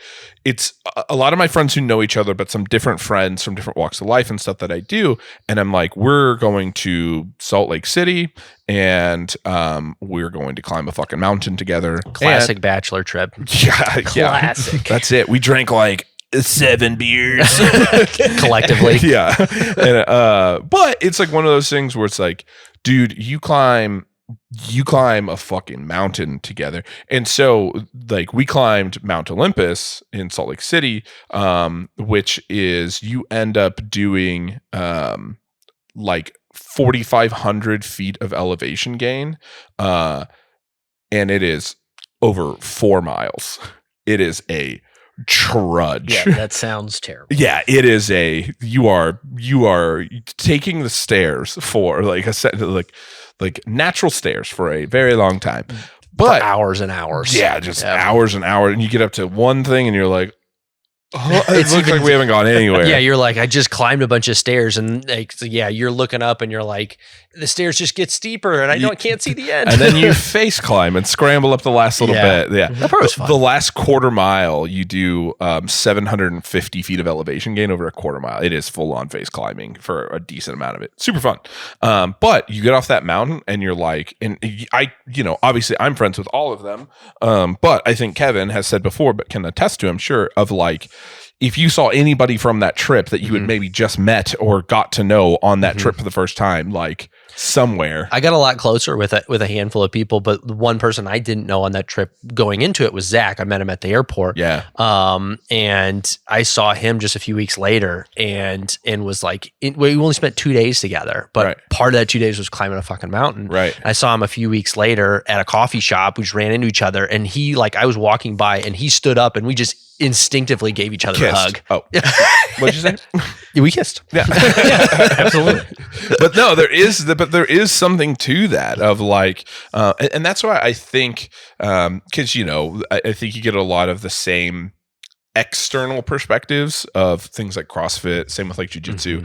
Is like people that don't do it is like the always the going joke is that it's like culty, and it's like. It is because it is such an intense like intimacy that happens within that community of like going through those trials and tribulations together and not just doing it, but doing it on a regular basis, so much so that you can laugh through something that is the hardest thing you've ever, like one of the hardest things you've ever done with somebody. It's like you can't build a different connection than that. Like it's so hard to not just make friends while you're doing that. Absolutely. Yeah. I mean, it doesn't get any deeper than that. Yeah. Like you went through it. It was terrible, and then you can laugh about it afterwards, and you're like, when are we going to do it again? Exactly. Yeah. Dude, that was the thing when going into his bachelor party. It's like, I'm not a big hiker or anything, you know, like I was in Boy Scouts when I was a kid and did plenty of hiking and, you know, it was fine, but like not a huge advocate or like a huge avid hiker by any means. So I was like, yeah, I'm down. I'm like, you know, not against it by any means, like Thomas's bachelor party. But dude, afterwards and almost the further we get from it, I was like, fuck, that was fun, man. Yeah. Like I would climb a mountain again. Yeah. You know, heartbeat, dude. It's the fucking background of my phone is climbing that mountain. Yeah. So, yeah. Vincent and Levi and all them have like, I don't know if it's them who, but they're at least who introduced it to me, but they coin it as type 2 fun. Yeah. Yep. It's not fun. Wait, that's what we call it as well. Yeah. It's not fun while you're doing it. Yeah. But it's but there's something just like so rewarding. And again, it's just like dude, I was laughing with JP talking about sitting. We got off the mountain, we drove directly to a Sonic. And we sat at a Sonic and looked like a group of homeless men. Yep. And we're just like, give us all we got like, I think everybody got 2 Route 44 somethings. This was my best trip to Sonic ever. Yeah. Right. You're like, this could be This is shit cynical food, but it's the best food I've ever I don't even had. think we ate. Like No. we were just we were just having like cherry limeades, and we're just like, give me cherry limeades, because we ate pre-cooked chicken cubes that we got from Costco, wrapped in tortillas. Hey, don't knock on Don't it. hate. Wrapped in we had tortillas, prepackaged chicken cubes, and buffalo sauce, and boy did that hit. Yeah. Like it was Top so of the mountain, good. or on the ridge line. Yeah. Oh, so good. Yeah. And it's hard to communicate how rewarding that feeling is when you're trying to sell it to someone that's never done it before. Right. Like, because CrossFit is hard, right? Like there's no way around it. There's no way to say that it's not. We're going to meet you where you are, but regardless of where you are, it's going to be difficult. Yeah. And I'm huge on kind of the 3 pillars of CrossFit, which is mechanics, consistency, intensity, right? Like mechanically, you need to be able to move well.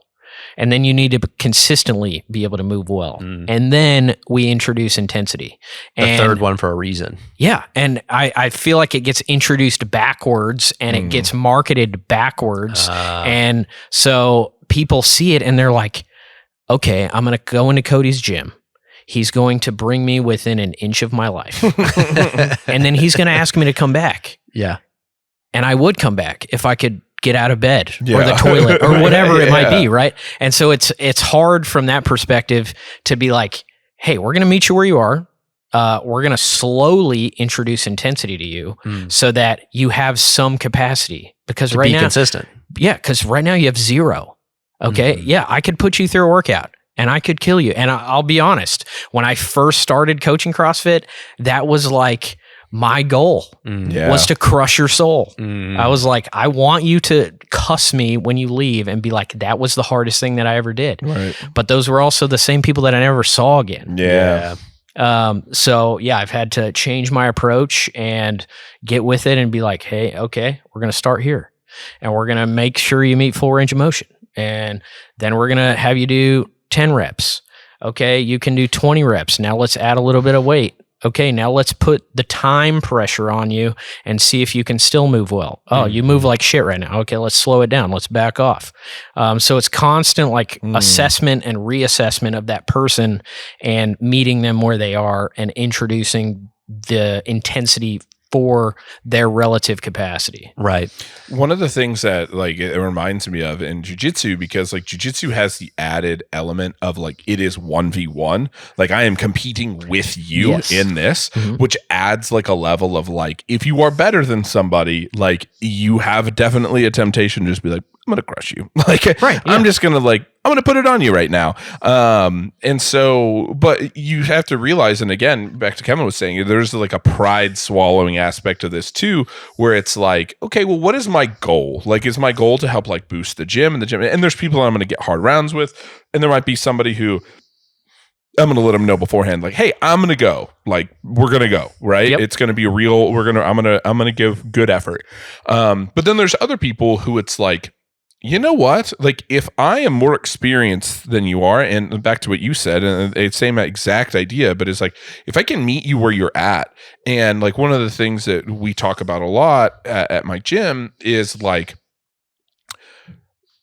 anybody who is better than you, especially substantially better than you, can be the best training partner for you because they can always be this much better than you, right? And if I can come in and we can roll and I'm just this much better than you the whole time, I'm perfect for you. Like I'm just pushing you, but I'm not killing you. I'm just pushing you. I'm just pushing you. I'm making you have to do these things. And it's like, well, I have to, there's a part of that, but similar to what you're saying, where I have to swallow my pride. I can't just like, I'm going to crush this person. Like, haha, new guy that's never done this. Right. Like the thing that like I always use as like an explanation whenever I'm explaining to people who are new to jiu-jitsu, and they're like, because jiu-jitsu is one of those things, similarly, I feel like to CrossFit too, is like you have to earn it. It's so unbelievably rare for somebody to walk in and just be like, I've never ollie lifted before, but I can do a perfect power clean. Like that just doesn't exist. Yeah, like they just walk in and they're like, yeah, power clean, body weight.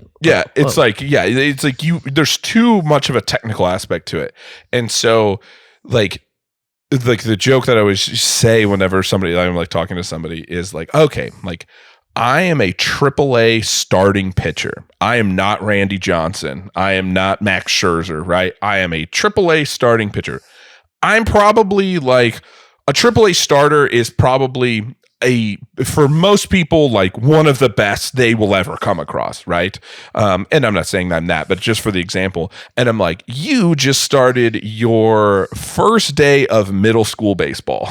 You're not hitting my pitch, right? Yeah.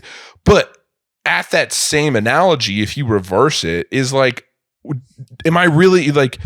Is it really that big of a deal to like get my rocks off to like strike out a middle schooler when I'm like a AAA pitcher? Like, of course. Right. Like, is it rewarding to just crush a child? Right. Exactly. There's no point to that. And it's like, or I could pitch because I am at a level that's a lot higher, is like I can pitch to this person that allows them to get better. Yep. And it's like, if you can just take that for a second and be like, I'm a AAA, whatever, you know, and like, I'm a fucking 98, bitch. Like, no, like that's not going to do anybody any good besides maybe my pride. And it's like, if you could take a step away from that and realize that like, man, I have a really big opportunity here for a lot of people to like, control it to where I'm like, I'm just above it, right? I'm just pushing them at all times. Yeah, they're reaching, but they're not reaching for something that is galaxies away from where they are. Exactly. They're reaching just outside of their grasp. I mean,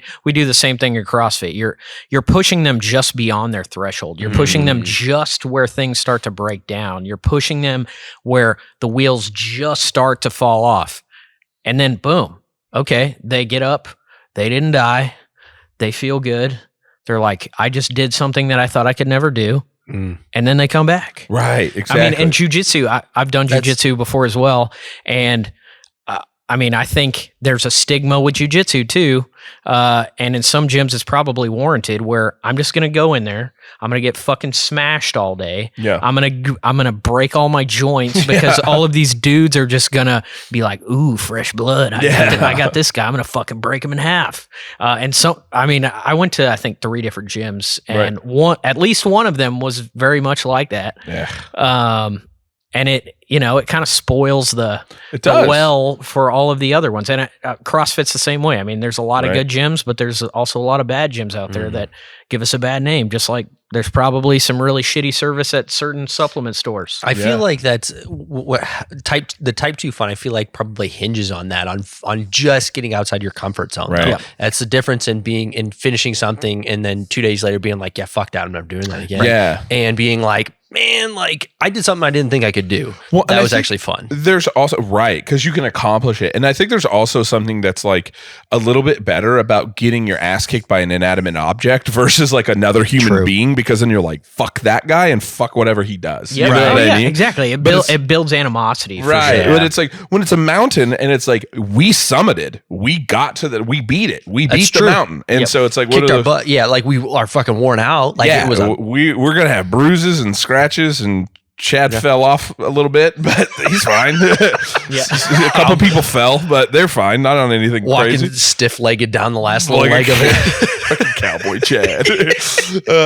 But again, like there is something to like, hey, like we were, because that's the thing is, again, the analogy would be like if we were asked to sprint up the mountain. Right. Like no way. Yeah, exactly. But we can go at a nice pace and we can conquer this. Yeah. If you were at the base and somebody demanded that of you, you wouldn't even take the first step. I wouldn't think back on it. Yeah. Well, yeah. Or if you I wouldn't even step held off, you'd be like, fuck that. I can't do that. I know I'm not. Yeah, I know I can't do that. Or if I was like forced, or if I said, fuck it, I'll try, I would not look back on that as a good experience. Yeah. I'd be like, I threw up 6 times on my way up. Right. And I made it a quarter of the way. Right. Exactly. Before I passed out. Literally before you died. Yeah, I didn't accomplish. I didn't sell it. Yeah. Yeah. And I think the giant parallel between what you guys do and what we do is just the customer relationship. Like I'm a big fan of Unreasonable Hospitality. I don't know if you guys have read that book. It's about a 4-star restaurant, Michelin 4-star restaurant owner. And he just talks about all these ways to like show people in unique ways that you care and that you listen and that you know them. And like a restaurant situation is similar to what you guys do. Like it's very short interaction. You don't have very much time with them. Right. So creating these special moments that they can look back on and be like, wow, that was just like really special to me. They really thought about this before they did that for me. So I look for opportunities to do that in the gym, whether it's, like a member's family member passes away, or they accomplish something outside of the gym from a business perspective, or they just have some highlight in their life. Like, how can we, latch onto that experience and create a special thing for them within the gym that they leave and they're like, man, Cody really cares. And he took the time out of his day to think or look into my life and figure out that this was going on here. And that makes me feel really good. Right. And I try to do that for the staff, right? Like the staff, I would just get them a bunch of gym shit, like traditional, just like, hey, I'm going to get you shoes, or I'm going to get you some accessories for working out. And I had a lot better results when I dug into their life a little bit and I asked them a little bit about themselves, and I learned what they like to do. Like Caitlin loves her cats more than life itself sometimes. So I found this it's basically this mirror mounted bed for her cat that she could just mount in the room and her cat could like post up on top of it. And she loved that. And then the other one that comes to mind still for Caitlin was she's really into reading, and she got me into kind of like the thriller genre. So I got her a first edition signed copy of this book, and she like broke down crying. Geez. So That's awesome. And none of that stuff cost a whole lot of money. I mean, honestly, the book was probably less than I would have paid for a pair of shoes, but it had a lot more impact than the shoes would have. You had to take the time to learn what she would appreciate. Yeah. If you gave me that book, I'd be like, you'd be like, cool book, but I guess I'll read it. Maybe not. Yeah. What was the name of the book that you said from the restaurant? Unreasonable Hospitality. That sounds good. I like reading from other industries too, because I feel like you spend so much time in your own industry that you end up just hearing about what everybody's already done as they've already exhausted that effort, and it's are different strategies. So, but you hear from a lot of times you're trying to do stuff differently than what everybody else in the industry's been doing. Exactly. So, learning from other industries, which restaurants I've learned. Who's the guy that does bar rescue? What's his name? John Tafford. Yeah, he. I've listened to probably just like a few clips of his, but I've always really admired and enjoyed like hearing things from him, because there's a lot of overlap on like things that he preaches that apply to what we do. Like I know a big one for us was like preaching to not offer discounts at restaurants, but to do to do some sort of like giveaways or some sort of like incentives of like, give them a card that's good for one free dessert. Don't give them a 10% off, because either I've always heard it, charge full price or give it away for free. Like, so you're rewarding them with something for free, or you're charging full price so you don't diminish the value of what you're trying to give that person. Right. Exactly. Yeah. The value holds if you give it away for free, the value holds, as long as you don't do it too much. Right. Yeah. Yeah. And I think just even back to what we were talking about too, with just like meeting people where they are, I think a big one for us is like, cause we do push so much knowledge, and like we have like a very extensive in-house test for just like testing to make sure that our employees are, for anybody who doesn't know, maybe it's the first time, checking out the podcast, but our in-house test over supplements traditionally lasts anywhere between like, I don't know, like 9 to 11 hours of just like sitting, writing, melting your brain. And one of the things that happens is people come out of that and they're very like, they're at a very high level, and it's like it's hard for them to bring it back down to earth. They speak over the top of other people, right? And that's a big part of like meeting people where they're at. It's the same kind of thing. Like if some older lady comes in and is like, "I'm looking for BCAAs," and I'm like, "Ah, yes, for their anti-catabolic properties," you're like, she's gonna be like, "Huh?" And I'm gonna sound like a jerk. You know what she's I mean? like, "What a douche! Why is he trying? Why is he trying to sound smart? He's so dumb." Like, I'm leaving. I have no idea what this guy's talking about. Where it's like bringing it back down to being like, "I'm gonna meet you where you're at." at, and I'm just going to like educate you from where you are and like potentially help. It's the same kind of idea. And it's like, it's funny how that translates to so many things, especially in business, of like, if you could just meet people right where they're at to just like, you know, hey, and the next person who comes in might be a biologist and you can nerd out all you want. And or you like, can use the term anti-catabolic. yeah, right. You know, you can say all the fancy things. Yeah, you and wanna then say. he's genuinely impressed, whereas exactly. the grandma's just pissed off. Dude, those were always my favorite though, when like you really get to dive into like certain conversations, because like you spend so much time like making sure that you stay on people's level and talk in a way that they understand, because like we don't want to just like impress them with like, I'm really smart, you should listen, I'm saying all these words that you don't understand and I'm telling you to buy this one. It's like, okay, no, I want you to understand why. When you get home, you're like, I got this one because of these reasons. I fully grasp why this. But then every once in a while, you do get someone with a biology major or biology degree, and they're like, oh yeah, cold temperature processing is important because it's the protein's not denatured.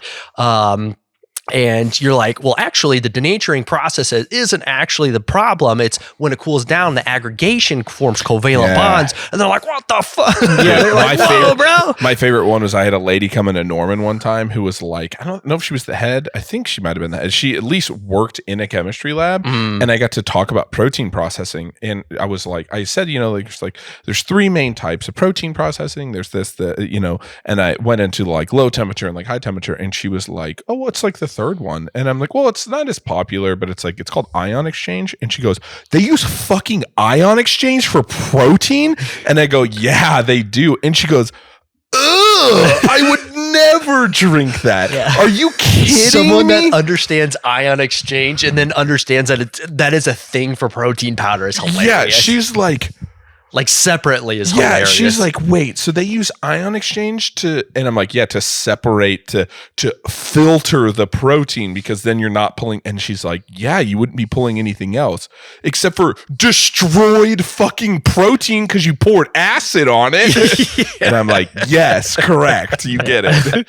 That was a fun one.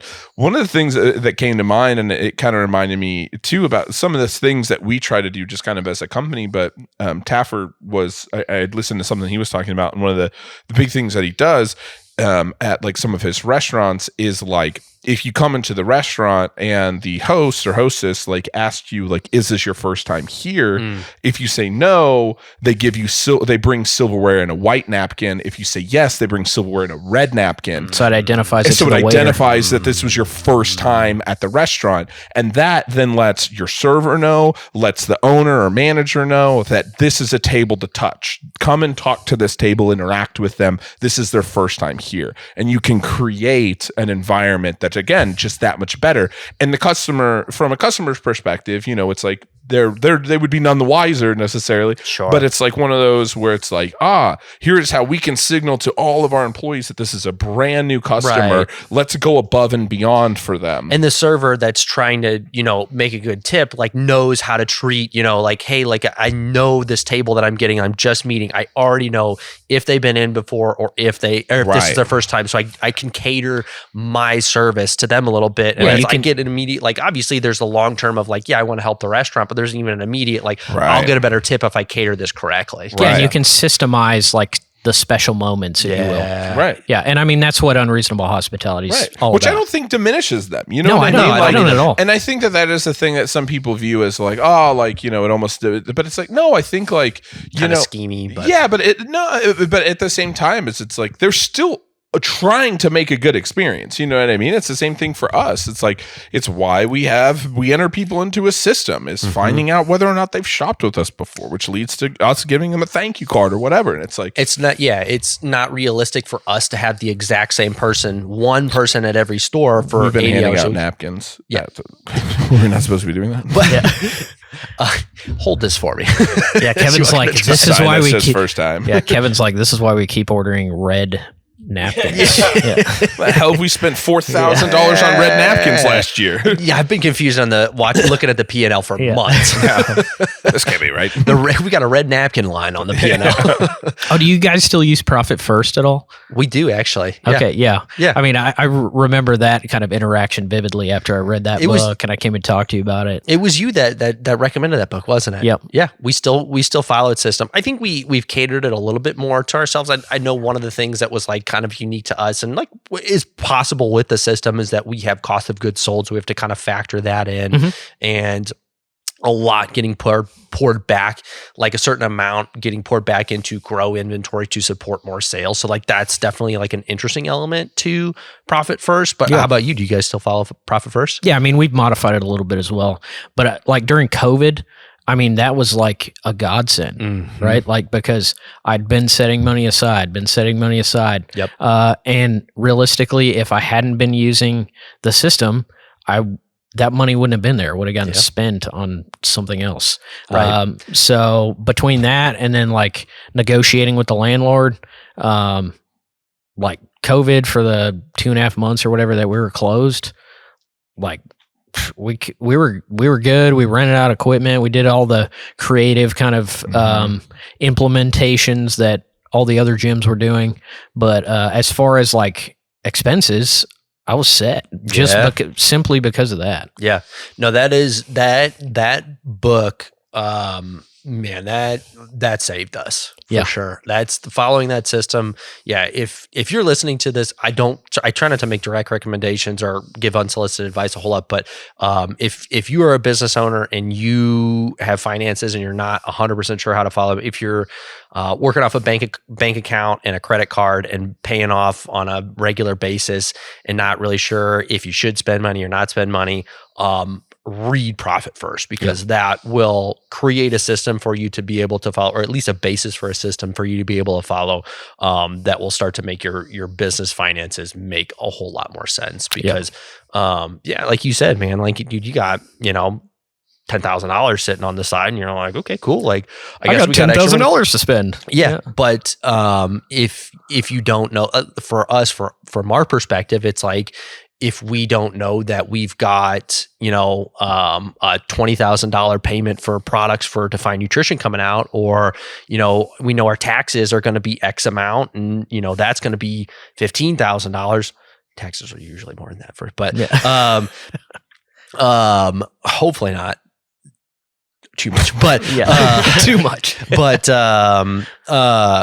like it's when we plan for those things all year and set money aside at an appropriate amount, when those payments, when I watch certain accounts build up certain money, it's like I don't even necessarily have to know which payments. I don't have to track for cash flow on a very specific basis. Like we're not a crazy big corporate company where we're watching, payments and timing out payments. We know if that account is accumulating money, we've calculated to be pulling a certain percent to be able to, when that payment comes, we know it's going to be there. So don't spend that money because we know that payment's coming. So, we still follow that. I do Excellent. That. Yeah. I'm glad. It was really beneficial for me. So I'm glad it helped you. Yeah. Cause I mean, we're all human. And if the money's just sitting in one account, it's going to disappear in one way or another. If you don't allocate it for something and set it aside, then when that comes up, it's going to be an emergency instead of something that you just, you got the money for. Right. Exactly. Yeah. And then we get to watch, the ebbs and flows of just like one account with all our other accounts kind of like holding money for as those big payments come out. So, yeah. And it opens your eyes to like when you need to probably go line by line and look at your expenses and be like, hey, we don't need this. Well, like, why do I have this subscription? Why do I have this? Like, when did we pick this up? How long have we been paying this? Get rid of that. Yeah. Oh, that's $400 I just saved for the rest of the year because I, reviewed what I was spending. That was another thing that we finally bit the bullet on and started doing ourselves, because we had financial statements. So we had a profit and loss and a balance sheet when Vincent was around, and it was all in Excel, and it was a big system, and how he pulled all the numbers, organized all of it, and created created financial sheets. And he ran me through one time whenever he was leaving, and walked me through all of this. And I was like, man, there's no way I'm going to remember how to do all this.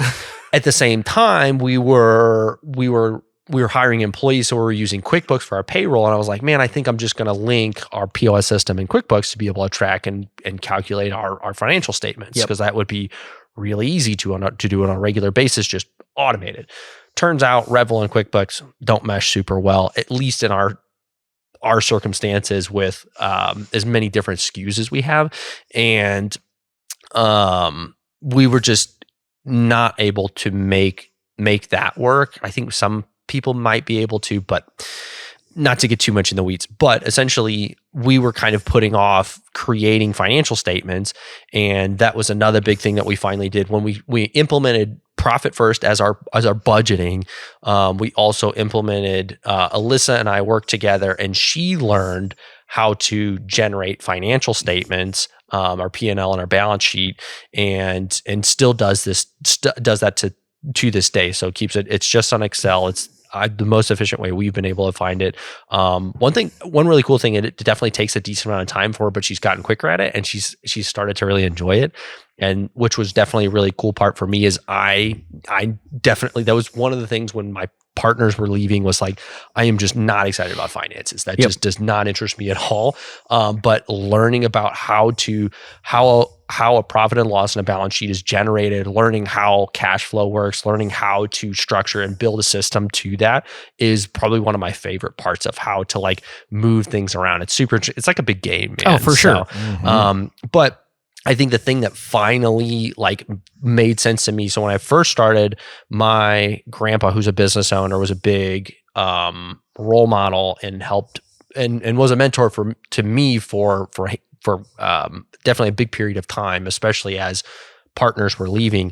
Is he said, make sure that you're able to produce financial statements, because essentially that's your scorecard. Like, you're playing a game.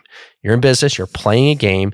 Financial statements will tell you at the end of the game if you won or lost. Like, imagine playing a baseball game, and at the end of the game, you're like, who won? You're like, I have no idea. They scored some runs. We scored some runs. I don't know who scored more. Yeah. And I mean, that all comes into play if you try to sell the business. Like, that's going to be one of the first things that they ask for. If you're trying to take out loans. Yep. Everything. Yeah. You have to have financial you have to have for taxes, man. So. Yep, exactly. So do your taxes. First and foremost. Third recommendation. Profit and loss. Profit first. Financial statements. Pay your taxes. Yeah, pay your taxes. Hopefully they're going down. Yeah. Fingers crossed. Yeah. What time are we at? We're at 2 hours, boys. All right. Isn't that crazy? Yeah, it goes by so quick. Fast. Always does. I can tell because I got to pee. Yeah. He's gonna, we call it a 2 hour bladder. His bladder's a timer. Also, go Birds. The Eagles won the Super Bowl. Haven't brought that up. I thought you might start the podcast out that way. I thought about it, but I was like, you know what? I'll talk about other stuff, I guess. Yeah, luckily I'm not a Chiefs fan, so I was a little worried. No hurt feelings here. I'm wearing an Eagles jersey for anybody just listening, and it was I am an anti-smack talker traditionally when it comes to sports. I don't like it because I'm like, it gets old to me when people like talk trash to me, even if like the teams, like it's usually not like when anything is like bad is happening, there people just like to talk smack. And so I'm not a big one, but I will say that was a schmackin'. Yes, they that was kicked, a schmackin' kicked in the shit out of the Chiefs. Yeah. Yes. So that was crazy. We were actually my wife coaches volleyball, and I'll finish with this story and then we can hop off of here. But my wife coaches volleyball, and I also technically coach volleyball. I'm on the sideline. I'm the oorah guy. The rah-rah. Yeah. But for a hilariously very competitive team. So our team, I say our team, but the team like won nationals last year. Like very, very competitive Hell team. yeah. And I'm the least qualified person to ever stand on that sideline. But we're here for it. We had a volleyball tournament Saturday and Sunday in Kansas City And my wife and I, again, Oh, that's crazy. talk no trash, but we did wear our beautiful Kelly Green Eagles jerseys on the sideline. And I do sleep well knowing that on Sunday, so we made gold. You typically have to go undefeated to go to gold. So all the teams in the gold bracket are undefeated. And we sent a number of teams home. We lost, I think, in the quarterfinals out of like, it's probably usually like 75 teams. So we ended up finishing like 4th or 5th place or something like that. But we are in our Eagles jerseys. And I think the majority of the teams in the gold bracket were all warming up and like getting ready for the game in Chiefs jerseys. Chiefs as far as the eye can see, because we are in Kansas City.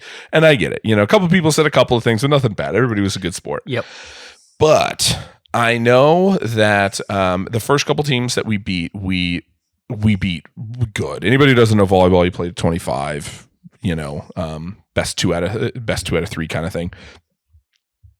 I think our first couple of games in the gold bracket, I think the most points scored on us in any single set was like 9. So it was like we beat a team like 25-9 and then like 25-7. They did better than the Chiefs. And Yeah. I just again, not much of a trash talker, but I just know that there was a dad who was at that volleyball tournament who was like, oh, talking to his daughter and the team, like, we got to go beat those people. They were literally wearing effing Eagles jerseys for us to then smash them. And then him probably be like, honey, it's okay. We're getting out early. It's no big deal. It's Super Bowl Sunday. We're going to go back to the house. We got food. We're going to sit down and we're going to enjoy the game. Just for the same thing to happen again. And there's a hope. I don't know if it's true, but I would imagine that it is. That at some point during the Eagles game, that dad was sitting there and went, and the fucking people at the volleyball tournament in their damn Eagles jerseys.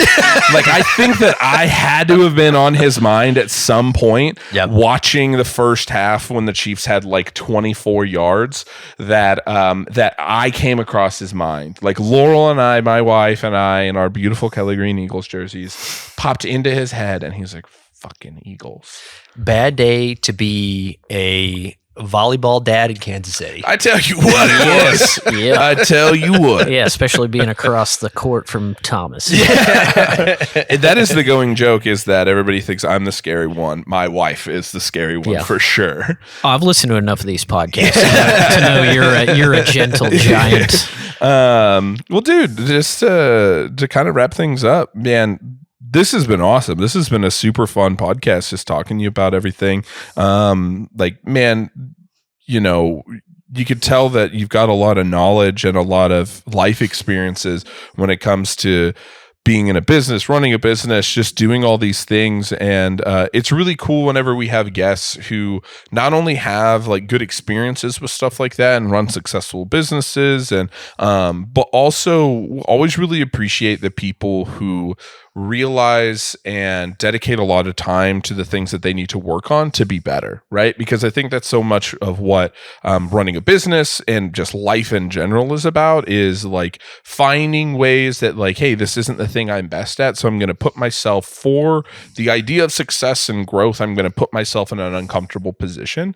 And from everything I've heard about you, it seems like you are willing to live in the uncomfort, and that is something that I always really respect in people. And so, dude, it's been super awesome talking to you and getting to hear some of your stories and some of the things that you've done business wise and life wise and all that kind of stuff. And just really appreciate you, man. This was dope. So, Well, yeah, thanks guys for having me. I mean, if you didn't know it, I appreciate you, both of you guys. I appreciate Triad as a business, and I look forward to collabing maybe a little more now that you're moving to Edmond. That'll be sick, because you guys will be right down the road. I guess I would just leave with this. Like, I live by Zig Ziglar's help enough people get what they want and you'll get what you want. So 100%. Don't be afraid to help somebody else out. And our slogan at the gym is, you may be bent, but you're never broken. So, hey, you might be in a hard spot right now, but you'll get out of it. and you'll be better for it. So Amen. keep pressing on. Dude. Well, Cody, dude, thanks for taking the time, man. I know working a full-time job and running a business, dude, that's, I'm sure, a lot. And like Thomas said, man, a lot of credit for being able to put yourself in that spot. I don't know if I got to say that earlier, but that's super cool because, again, that's not something that I've ever done. But again, man, this was a lot of fun to catch up with you, dude. We'll have to do this again, even maybe sometime off the podcast, man, and be able to sit down, enjoy a glass of whiskey, and just catch up some more, man. Hope to see you more often, especially with being in Edmond. For those wondering, a lot of details to work out with landlord. We're hiring a general contractor this time, so we're hoping to start build out here soon. But once we get started, I think it's going to be rocking and rolling. Yeah. So permits, architects, licenses, all that kinds of stuff right now. So we should be open on the exact date of but man, a lot of respect for what you've built, especially the way that you've built it, man. And genuinely, man, you're always someone that I'm excited to just kind of talk shop with quite a bit. So thank you for coming and hanging out with us, dude. Yeah, the feeling's mutual, and I wish nothing but continued success for you both. Same to you, man. Yeah. Thanks. What episode is this? 63. 63. The big 6-3. So, all right. Thanks for watching, guys. Peace out. Go Birds. That's all I got.